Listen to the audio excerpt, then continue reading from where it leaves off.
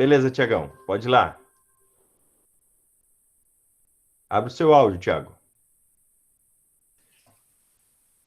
Bom dia de novo, pessoal. Estamos aqui mais uma vez no nosso domingo, dia 6 de junho, e vamos conversar novamente.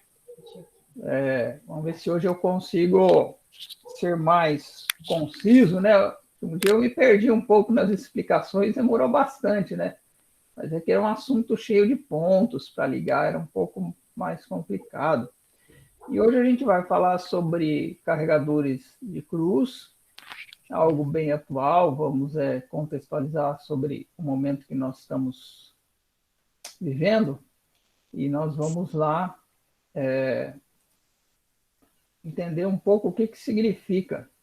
Eu vou compartilhar minha tela aqui, como sempre, aqui é a nossa lição, para nós podermos lermos juntos o texto bíblico aqui.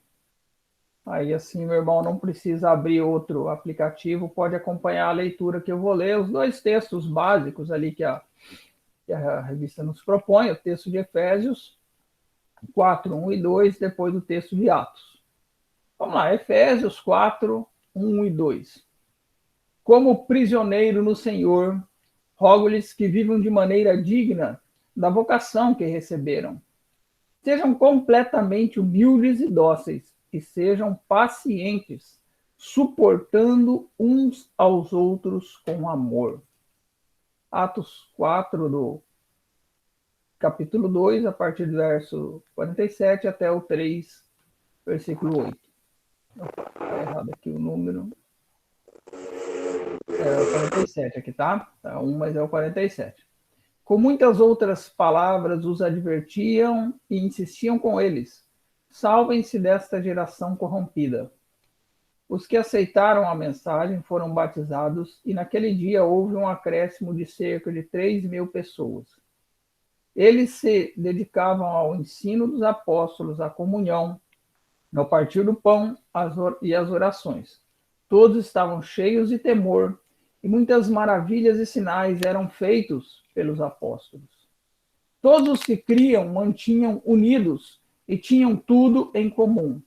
Vendendo suas propriedades e bens, distribuíam a cada um conforme a sua necessidade.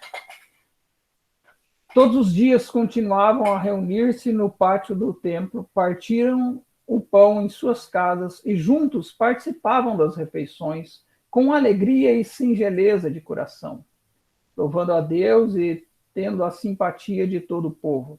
E o Senhor lhes acrescentava todos os dias os que iam sendo salvos. Certo dia, Pedro e João estavam subindo ao templo. Agora, sim, começamos no capítulo 3, versículo 1, né? Vamos lá. Certo dia, Pedro e João estavam subindo ao templo na hora da oração, às 3 horas da tarde.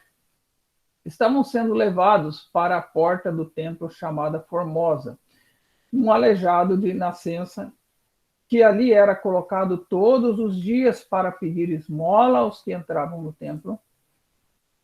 Vendo que Pedro e João iam entrar no pátio do templo, pediu-lhes esmola. Pedro e João, olharam bem para ele, e então Pedro disse: olhe para nós.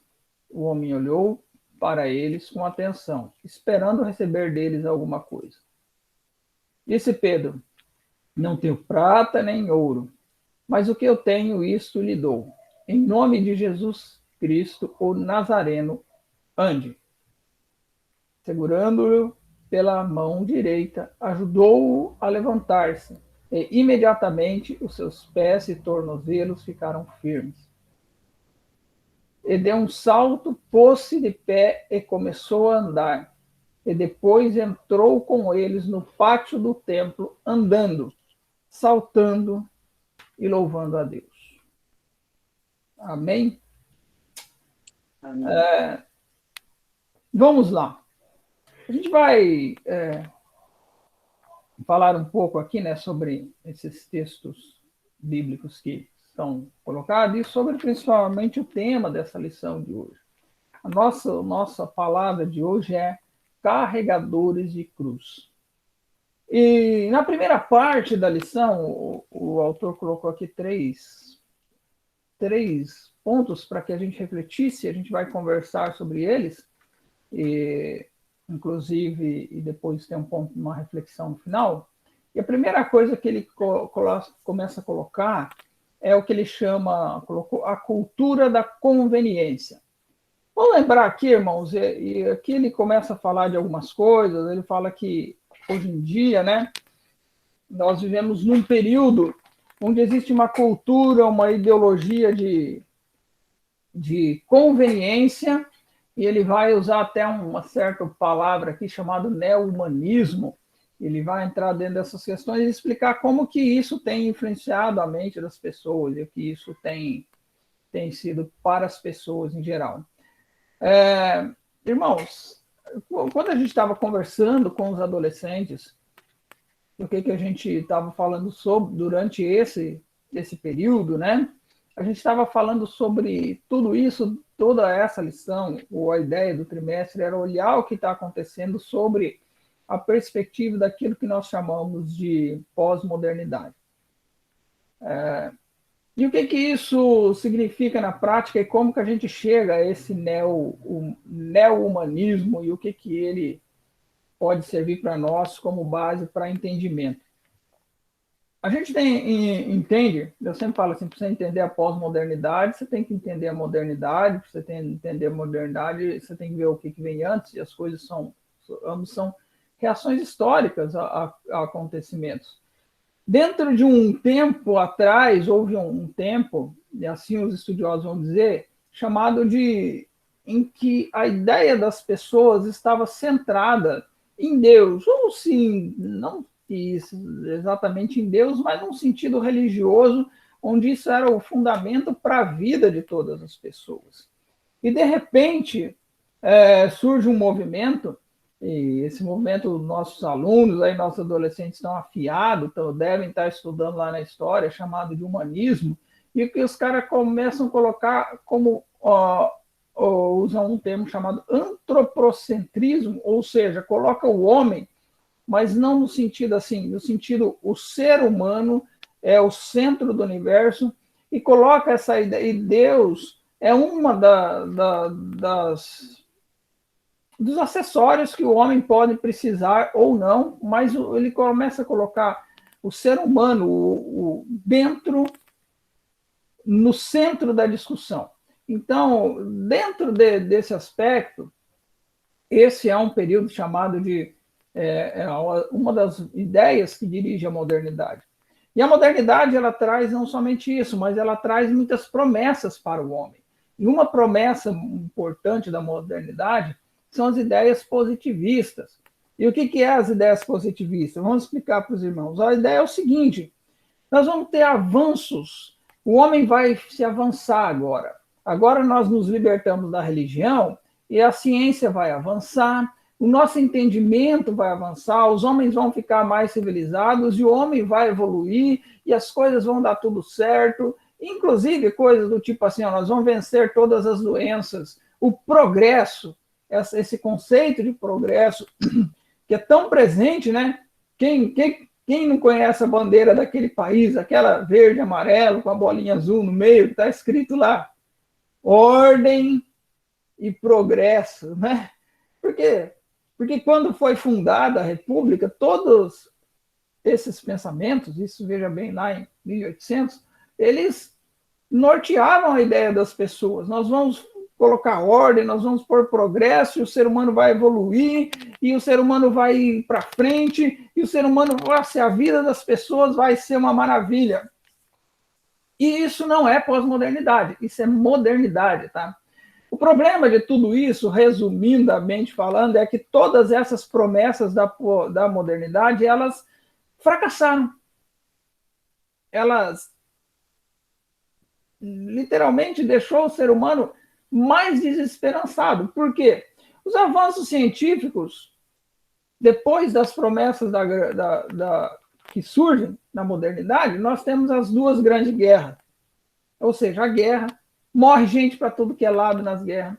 Os avanços científicos realmente curaram doenças, realmente nós temos, hoje, houve a Covid, mas dentro de menos de um ano, fizeram-se vacina, a medicina reage, você troca coração, mas tudo bem, os avanços científicos também proporcionaram a bomba atômica, tem gente que está dizendo que nós vamos ter um cataclisma climático, tudo isso. Então, todas as promessas de que isso ia resolver todos os problemas da humanidade, ela acaba fracassando, e o ser humano ele acaba entrando num estado de desesperança. Isso acho que é a grande marca que segue o tempo atual, que a gente chama de pós-modernidade, é porque, você veja bem, o ser humano tinha uma esperança na religião que lhe foi tirado, foi dado uma esperança na ciência que não se confirmou, e o que se resta? Não se resta mais nada. Então, dentro desse aspecto também,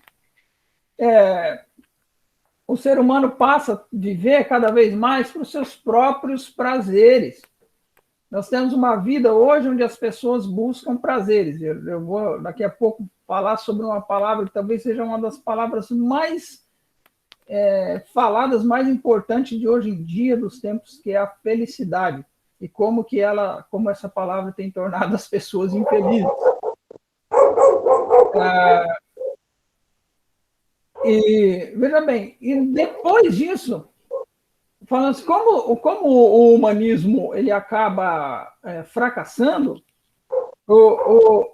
hoje em dia existe uma ideia de um novo humanismo, até um neo-humanismo, que é o seguinte: aquela ideia de só ficar no ser humano, não, que lá não é isso que vai resolver, mas vai ser uma ideia melhor, a de que o ser humano agora ele é um ser humano total, integrado. E o neo-humanismo ele tem uma ideia assim, de um ser humano universal, de que o ser humano está conectado a todos os outros seres humanos, mas não só isso, ele é universal junto com os animais, ele está conectado, ele cuida da natureza. E esse novo neo-humanismo agora sim vai dar certo, vai salvar o mundo. Agora vai. Não vai dar certo. E a cultura da conveniência, que acho que talvez é o tópico primeiro, ela é baseada nessas coisas. E ela está dentro da igreja, muitas vezes. Por quê? Porque não adianta, irmãos, eu sempre falo, nós pensamos sobre a influência da nossa época, certo? E quando que nós vemos isso? Quando nós vemos que as pessoas estão muito mais ligadas com esse mundo aqui do que com a esperança do mundo vindouro. Aliás, se nós vermos hoje, uma coisa engraçada que eu falo, né? Hoje em dia nem se faz mais hinos que canta sobre ir para o céu, né? O que era uma tônica nas igrejas antigamente, hoje não se fala mais. Hoje os hinos têm que cantar das nossas vitórias sobre as doenças, E nós temos... E, na verdade, o que eu vejo é que quando se fala da cultura de conveniência, como que a cultura de conveniência ela está dentro da igreja, eu vejo que a mesma coisa que a ciência quer prometer para as pessoas, a igreja, em geral, está tentando prometer a mesma coisa. Olha, você precisa ter prosperidade financeira. Olha, gente, tem igreja que o foco dele é fazer isso, prometer a prosperidade financeira. Tudo bem, os anúncios do YouTube que eu ouço também promete a mesma coisa. Você vai ficar rico se você seguir esse método. E às vezes eu até penso que algumas igrejas são semelhantes a esses anúncios que eu vejo no YouTube. Segue tal e tal e tal método que você vai ter a prosperidade financeira. De tal maneira que, às vezes, é o problema assim, olha, nós vamos te dar a saúde. Se você tem alguém doente na sua casa, vem aqui que você vai ser curado. E eu não estou dizendo que existe um problema em desejar a cura. O que eu estou dizendo é que eu, particularmente, hoje, próximo, beirando os 39 anos de idade, eu vejo que crentes adoecem, que crentes morrem, alguns de câncer, outros morrem de acidentes jovens. Isso não existe uma proteção especial para o crente nesse mundo, nesse sentido. E as igrejas insistem em pregar isso. Por quê? Porque, para mim, elas estão realmente focadas nessa cultura da conveniência. Em último lugar, eu disse que talvez Uma das palavras mais importantes é a palavra que no tempo de hoje, uma das palavras mais faladas, que é a palavra felicidade. Irmãos, eu citei uma coisa que me chocou uma vez, e claro que eu quero ser feliz, e eu quero que todos vocês sejam felizes, mas quando nós temos a felicidade como um propósito de vida, o ser humano fatalmente vai se acabar como um ser humano vazio. Isso é bíblico e para mim é lógico até. Veja bem, eu lembro de uma vez que estava numa reunião, uma reunião corporativa, né? Hoje as corporações, né, têm muito essa questão de tratar o ser humano, e as pessoas vão perguntando qual que é o seu propósito de vida, e de repente um rapaz, né, o meu propósito de vida é ser feliz. Irmãos, essa definição ela é problemática por... Isso é um problema por definição, porque quando você coloca a felicidade como propósito de vida, a felicidade ela deve ser algo que você conquista no seu dia a dia. Você faz escolhas, mas você não... Se você colocar como o objetivo, o seu propósito de vida é correr atrás da felicidade, meus irmãos, e pasmem, isso não é uma pessoa, mas é uma parte de uma cultura, de tal ponto que houve um político, isso não foi para frente, mas um político que apresentou no Brasil um projeto de lei uma vez dizendo que o projeto de lei dizia que o ser humano, que o governo deveria dar a felicidade às pessoas. E, aliás, inclusive, isso faz parte, se eu não me engano, tá, da Declaração Universal dos Direitos Humanos. O ser humano tem o direito a ser feliz. É claro, irmãos, que todos nós temos o direito a isso, isso não é crível, mas quando nós estamos falando disso como propósito de vida, então eu acho que as pessoas não têm propósito nenhum. Isso deixa a pessoa sem propósito de vida. E um ser humano sem propósito de vida é um ser humano totalmente vazio. Eu sempre, desde pequeno, né, sempre vi por que nós ficamos pensando, por que um rockstar, por que um artista, por que muitas vezes um jogador de futebol, essas pessoas que têm tanto sucesso profissional, essas pessoas que têm tanto, muitas vezes, sucesso financeiro, como se diz, o cara pode ter a mulher que quer, pode ter o carro que quer, morar onde ele quer, e muitas vezes essas pessoas acabam caindo em depressão, muitas vezes acaba se tendo suicídio no meio desse povo, cai nas drogas. Por quê? Porque eles conquistaram todas as coisas que eram possíveis na sua profissão, eles conquistaram dinheiro, eles conquistaram fama, mas eles não tinham propósito. Isso deixou eles mais vazios ainda. Então, essa cultura da conveniência, que é o nosso primeiro tópico, ela faz parte de tudo isso. Faz parte de uma ideia de um ser humano que está buscando sempre ser feliz. Mas que, por falta de propósito, e por colocar isso como um objetivo de vida e não ter realmente um objetivo real, que é o que nós temos uma proposta em Cristo de um objetivo real, um propósito que é servir a Deus, que é servir ao próximo, que é ser para Deus o que Ele quer ser de nós, que é buscarmos entender o que Deus quer para nós. Nós temos esse propósito. E, aliás, eu falo assim que a mensagem do Evangelho é muito, muito poderosa, e às vezes a gente acha que nós vamos ganhar as pessoas com músicas bonitas na igreja, com coisas. Nada é mais poderoso do que a mensagem do Evangelho, porque ela dá propósito ao homem. Então, esse é a primeira nossa introdução, entendendo o que significa essa cultura de conveniência e como ela tem tornado muitas vezes o ser humano vazio. No segundo tópico da lição, a comunidade cristã como modelo. E aqui é muito importante eu fazer algum parênteses aqui, né? Um parênteses bem pessoal sobre o entendimento, para que nós possamos entender que, como cristão, nós estamos buscando aquilo que Deus quer para nós. Irmão, se você não pensa dessa forma, se você não pensa que deve buscar o que Deus quer para a sua vida, entender o que Deus quer que você, como você haja em todos os aspectos da sua vida, seja no relacionamento afetivo, amoroso, com a sua namorada, com seu marido, seja no seu trabalho, seja no seu estudo, seja na sua preparação para o vestibular, seja também dentro do propósito de pregar o evangelho ou dentro da igreja, você está fora do propósito.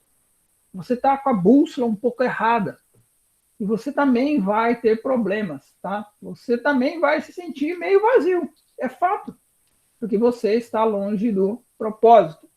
E aqui o autor da lição pega o texto de Atos e ele vai colocar o texto de Atos como um modelo para nós e colocar algumas verdades espirituais. E isso é muito importante. Olha, mas é bom a gente entender aqui, por isso que eu ia dizer que ia fazer um parênteses, que devemos ter cuidado de quando estamos lendo a Bíblia, estarmos buscando as verdades espirituais contextualizadas ao nosso mundo. Isso não significa, como alguns pregaram por aí, atualizar as verdades bíblicas, né?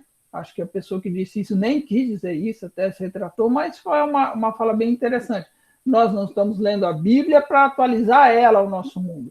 Mas sim, nós precisamos, inclusive para falar para os nossos jovens, e para falar para nós, até mesmo para nós mesmos, verdades contextualizadas à nossa realidade de vida, que muitas vezes eu sempre entendo o ser humano como um ser humano universal, de Adão até o ser humano que acabou de nascer há 5 minutos atrás, que deve ter nascido alguém, ele é o mesmo em seus anseios, em suas dificuldades, mas existem coisas específicas, problemas da nossa época que os discípulos de Jesus não enfrentaram naquela época, e não estou dizendo que a nossa época é mais difícil ou mais fácil, estou dizendo que é diferente, assim como o adolescente de hoje, ele passa por dificuldades, muitas vezes os adultos têm, os adolescentes hoje têm uma vida moleza, eles passam por dificuldades que você não passou.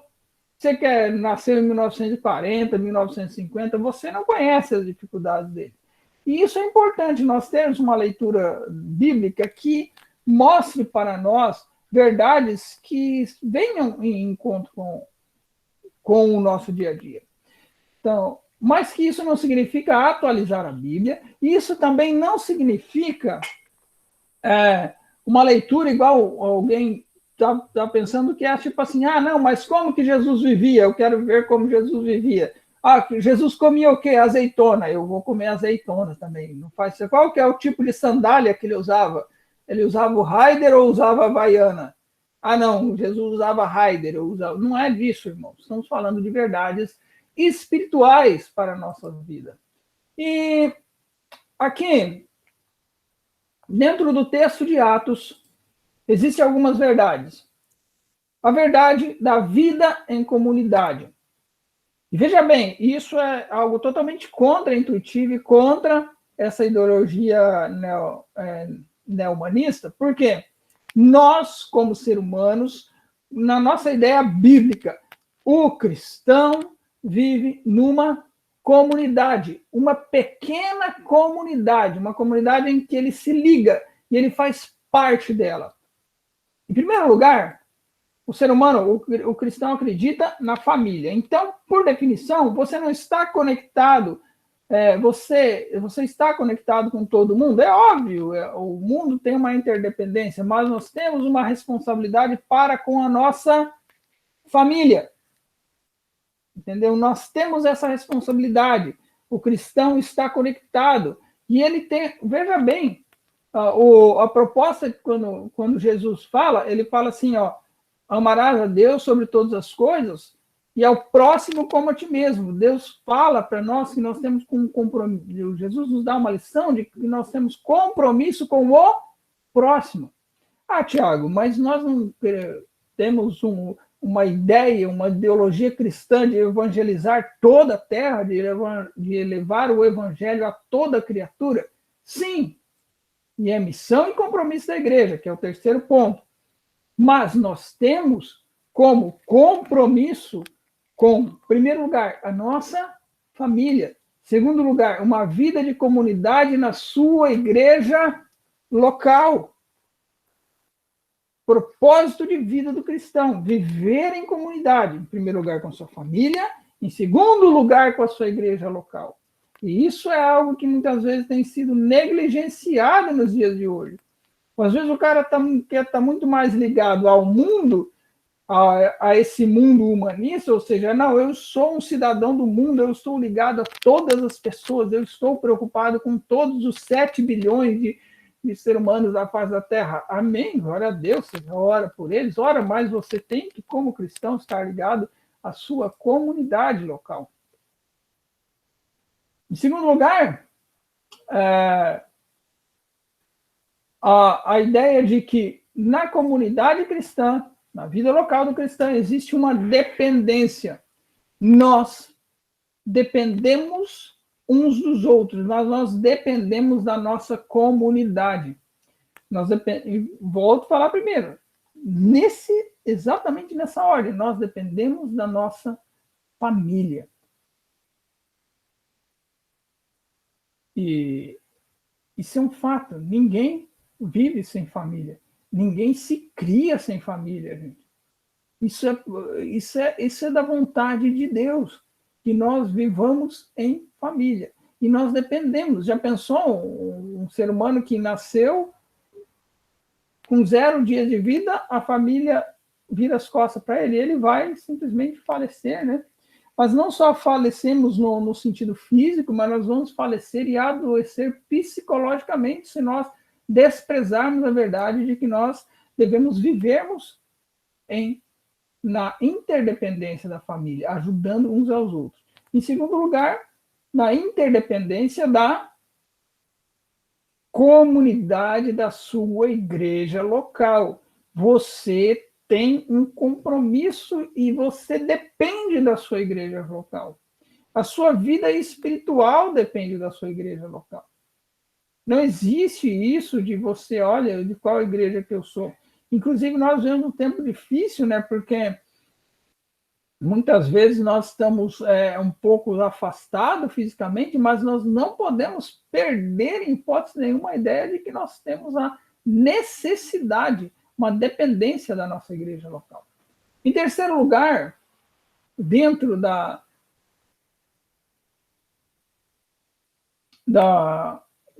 nossos propósitos, como eu falei, é o propósito de missão. Qual que é a missão nossa, enquanto seres humanos e enquanto igreja? A missão de levar Cristo a todas as pessoas. E um propósito de existência de sermos boas pessoas, de fazermos o bem.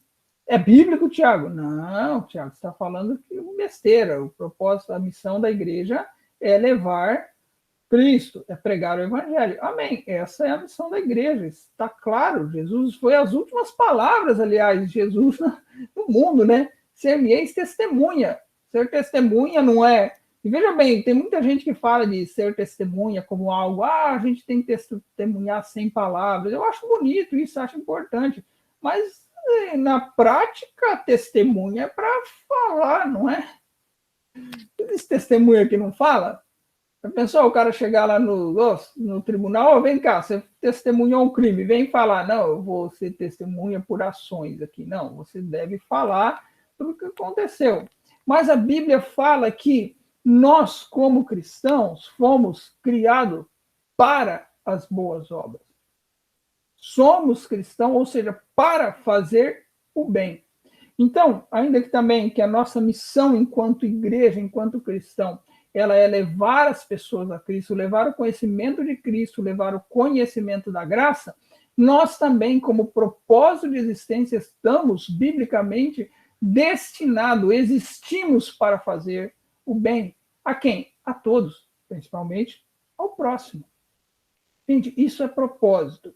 E agora, mas assim, então, fazer o bem, mas isso é importante, irmão, fazer o bem, dar uma esmola, ajudar alguém a arrumar um emprego, eu sei lá, ir lá atender um velhinho na sua necessidade, e doar uma cesta básica, Isso é propósito também de existência do cristão. Mas veja, isso não exclui a missão de falar e levar Cristo às pessoas. Entenderam? As coisas não são excludentes e ambas são, uma quanto missão de igreja e outra como propósito de existência do cristão, e ambas delas são bíblicas. Aliás, eu estava falando, né? Muitas vezes nós estamos a lição ali, o terceiro ponto, que na verdade eu já abordei, acho que de forma bem clara, de como que essa ideia da conveniência ela está dentro da igreja, que é quando você tem um evangelho, eu sempre falo assim, qual que é a igreja muitas vezes mais cresce? É aquela que mais prega coisas, não assim cresce espiritualmente, mas cresce em número, porque a mentalidade dela está muito alinhada demais com a mentalidade do mundo, com a mentalidade da conveniência, com a mentalidade de, olha, você está aqui para ser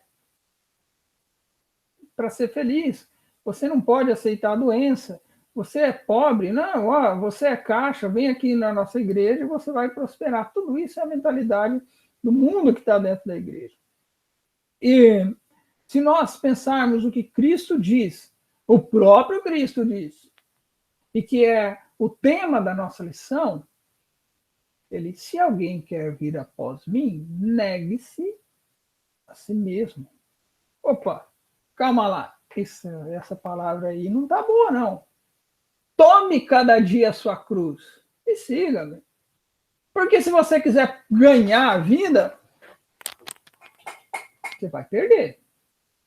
Mas se você decidir por livre vontade, entregar, perder a sua vida, mas no sentido de entregar o controle da sua vida ao propósito que Deus quer para ela, então você vai ganhar. E, voltando no começo do texto, se alguém, mas não é para todo mundo, não é todo mundo obrigado, ninguém é obrigado a viver esse cristianismo dessa forma. É se você quiser. Se você não quiser, você pode buscar uma igreja aí que te prometa milagres, que te prometa cura, que prometa que você vai ficar rico.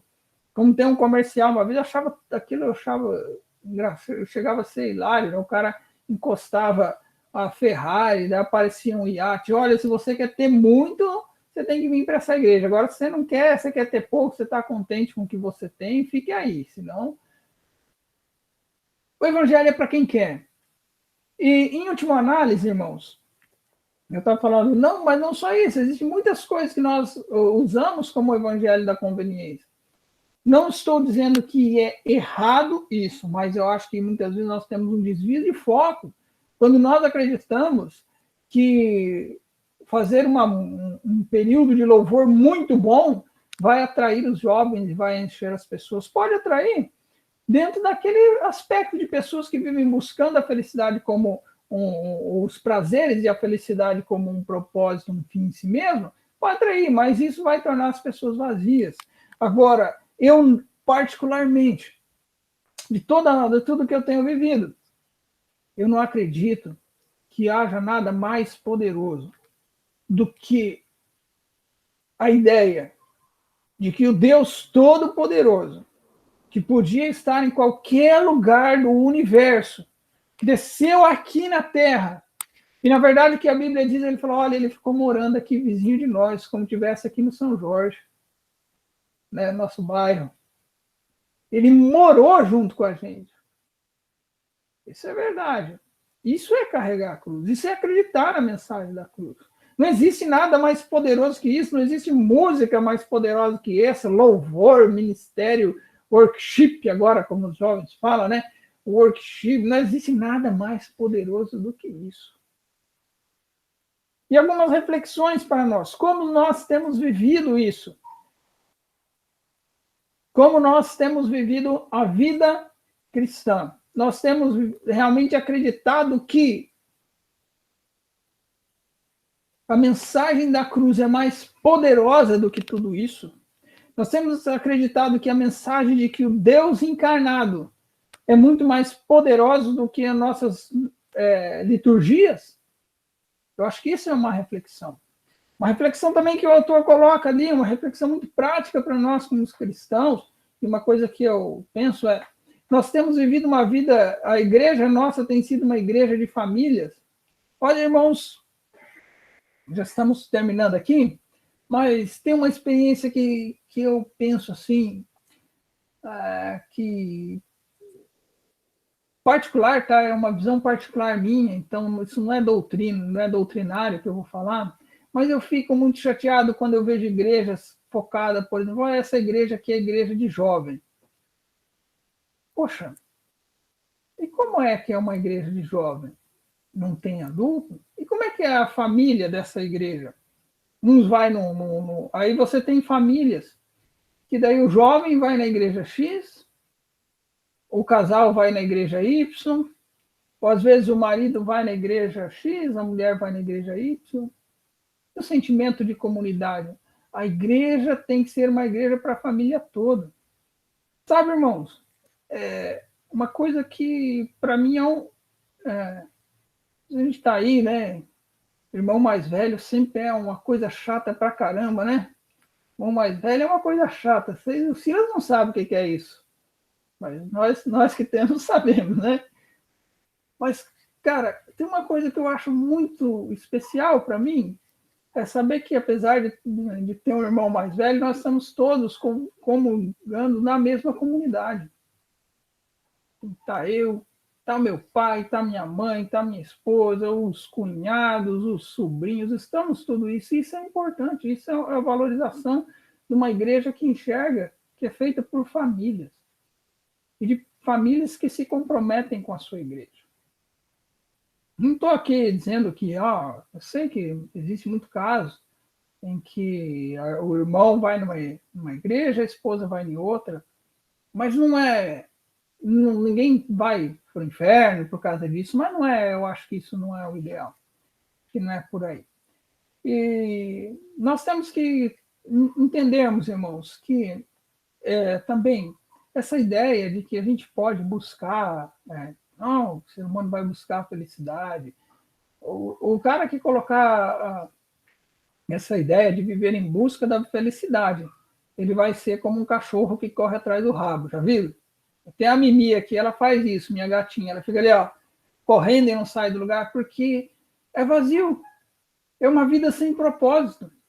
Agora, se você encontrar um propósito de verdade na sua vida, se você encontrar uma verdade, veja bem, irmãos, o evangelho não é um evangelho de filosofia apenas.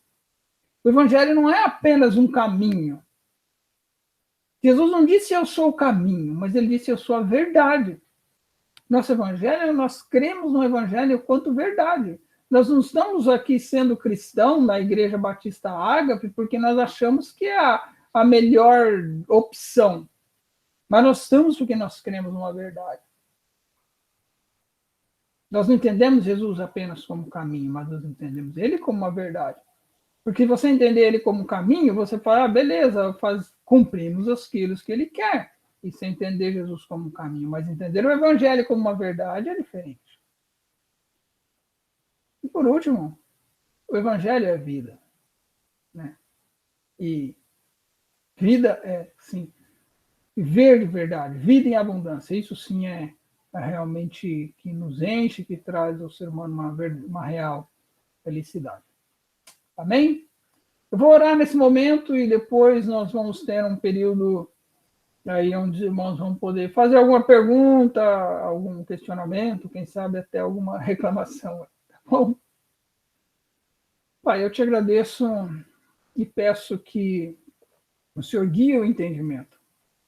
Guie o meu entendimento naquilo que... na leitura da tua palavra e na compreensão do mundo ao meu redor, no momento que eu estou vivendo. E assim, Senhor, de toda a nossa igreja, de toda a nossa comunidade. Nos abençoe e nos guia a toda a verdade, Pai. E nos enche do teu propósito, Deus. Nos mostra aquilo que o Senhor quer que nós venhamos ser, ó Pai. Nos mostra para nós como nós devemos viver, como nós devemos sentir o mundo ao nosso redor. É o que eu te peço em nome de Jesus. Amém.